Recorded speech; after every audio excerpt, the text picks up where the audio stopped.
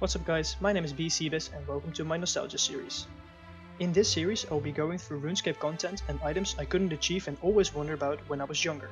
Now, 15 years later, I have returned to RuneScape and have set up an account that will allow me to explore this to me unknown content. This includes completing all the quests for the quest cape, obtaining the fire cape and also obtaining my first skill cape. I also want to explore and defeat bosses such as those in the Godverse dungeon. But don't worry, there's much more. During all these new experiences, I will see if this adventure will be as great as I always hoped it would be. Enjoy! Alright, welcome to the first episode. First order of business is obtaining the quest cape. To obtain the quest cape, I actually only need 2 more quests, the Song of the Elves and Dragon Slayer 2. The reason I saved the last 2 is because I actually got pretty far with all the quests when I was younger, which is remarkable because I was 8 years old and hardly spoke any English, but I want to kill 2 birds with 1 stone in this episode. I say that because I always wanted to explore the Crystal City, prifddinas. Back when I was younger it didn't exist yet, but I always wondered what that big empty square on the map was gonna be. So now that I'm here, I have the opportunity to do so with the quest Song of the Elves. I assume we're all familiar with the previous quests, Morning's End, the Underground Pass, so I really only wanted to focus on this quest. Obviously this episode is going to contain massive spoilers about the Song of the Elves quest, so if you don't want to see those, you're warned. Let's get started. Enjoy! Okay, first things first, we have to go to Edmund to start the quest. He explains to us how his daughter Elena has been taken prisoner by the King of Ardoin and how we have to visit him to ensure that she is freed. We then go to the King of Ardoin. He tells us that Elena has been rightfully imprisoned because she was going to expose him and tell everybody about the fake plague that we have discovered about in the previous quests. To make sure that we can free Elena, we go to her mother. She tells us that we need to look like an Ardoin knight. Conveniently, we have all the stuff in our inventory that we need to look like an Ardoin knight, as always. Next we go to the dungeon. We introduce ourselves as Tim, probably a reference to Monty Python and the Holy Grail. Next we talk to Elena. She tells us about how she was going to start a resistance and how she was going to expose the king and make sure that the people of Ardoin were going to be free. In order to free her we need some chemicals. Luckily she is a chemist and she has some strong chemicals in her house, so we go to her house, get the chemicals and she's freed. Okay, next we find her in the basement in West Ardoin with the resistance.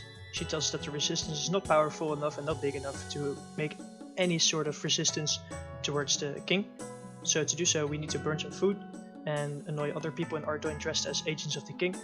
So in order to do that we burn some food, we burn some more food, and then we go to the marketplace in East Ardoin. Here we tell every single vendor that they are taxed. They're not really happy about that, but it does really help with getting a following. So going around the entire marketplace, tax everybody, is almost half of all the followers. If you go to the bank you can have a bit of funny dialogue. You tell them that you want to text them, they tell you if you want to text them that they're going to text your bank account, so you quickly realize that may not really be a good idea. Okay, so having done all that, we return to the resistance. They tell us the resistance is big enough so that we now can fight everybody and get rid of the king. Okay, fight over, we got to the king. We slaughtered about 100 men, not really a big deal, but we've got the king and now we can put him to trial. During the trial the king starts yelling about Zamorak and how Zamorak will have his revenge on the city because the city has condemned him to death. He has let them live in fear, he has murdered them, he has put a fake plague on the city, so I guess that's not really fair. The butcher comes up, he hits a nice 48. Elena is not really happy about the entire process, but well, we don't have really much time to think about that because then we're knocked out. Introducing the bad guy. Next up, the good guy. He tells us how Lord Yorworth, who we just saw, is the oppressor of the Elven lands and how we need to defeat him. Luckily our companion Elena has also made it to Lecha and the Elven lands. We are summoned to a meeting by Arianwin. Arianwin and his Elven companions explain us how their resistance is going to stop Lord Yorworth from waking the Dark Lord. In order to do so we need to enter the Grand Library under prifddinas and restore the ancient city of prifddinas. But nobody has any knowledge of the ancient city as it was lost a long time ago. The only one would be the old King Baxtorian. We can find him because we've met him before, during the Waterfall quest. We restored his wife's grave next to him, so we know where he's buried, or where he's locked away in a statue I should say, and we should free him because then he would be able to help us. We find King Baxtorian in the waterfall and we free him from his statue form. He expects his wife, but unfortunately for him, he is faced with us. We ask him to join the resistance, and this old elven king fortunately agrees. He tells us that in order for us to make any progress in the resistance, he needs the aid of the other elven lords, but they are lost.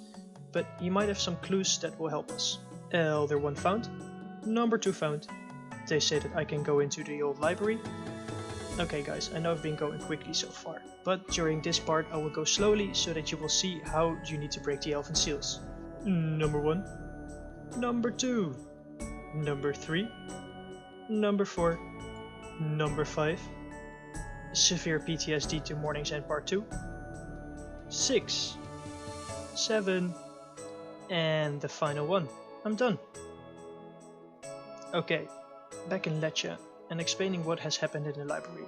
So, it's a rather long and convoluted story, but it comes down to this. Sarin is a god. She came from another plane of existence to the Elven lands, also another plane of existence in the current world of Runescape, and she saw them and she really liked them. She felt bad for them because they died at some point and she was immortal.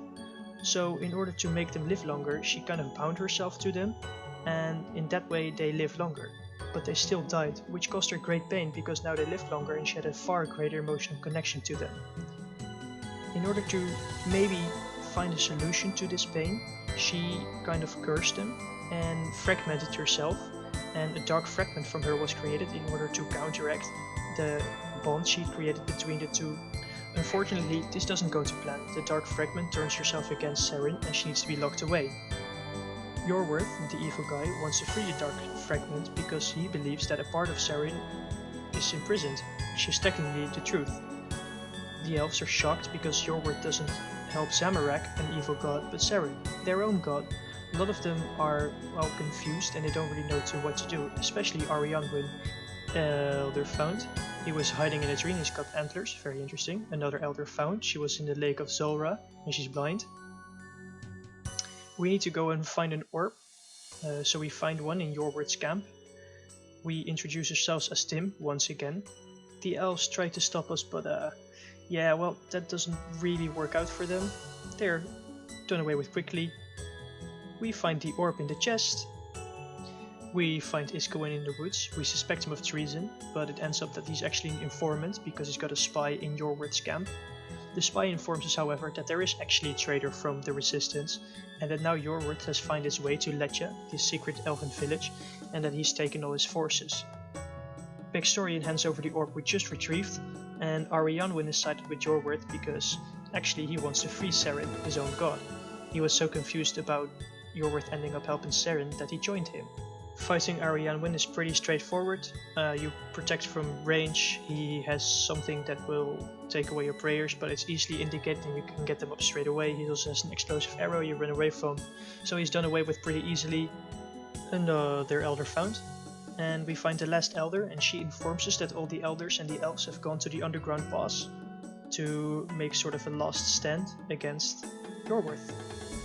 And during this last stand you have to defend a barrier for about 4 minutes, and you can see in this clip that I came very close in my first attempt and this was very frustrating. Eventually I managed to do so, however, and I go to the final battle. The final battle during the siege is against Esilt. Esilt is Lord Yorworth's lapdog, he's in lead of the siege. He injures Elena, doesn't kill her, but then you face him 1v1. The fight in itself is pretty straightforward, you just protect from melee. He can drain you, but then you have a super restore.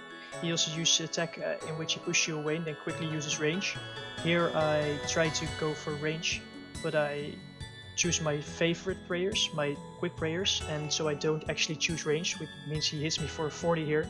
I still kind of mess up, but in the end I managed to defeat him the same run. I only had like 5 manta rays or something. It's nothing too difficult. I think it's a pretty straightforward fight. So after this, Lord Yorworth, Baxtorian and Arianwin go towards the altar in which Sarin is hidden. Here they come to the conclusion that Lord Yorworth wants to free her and use him for his own gain. Arianwin doesn't really agree with this, he just wants to protect Sarin. So he unlocks Sarin, Sarin kills Yorworth, and then we're faced with the final battle. Alright, finally, the Dark Lord Sarin. Let's see how this is gonna go. I'm pretty nervous about this. I think this is gonna be the hardest fight I've done so far in RuneScape. Let's see.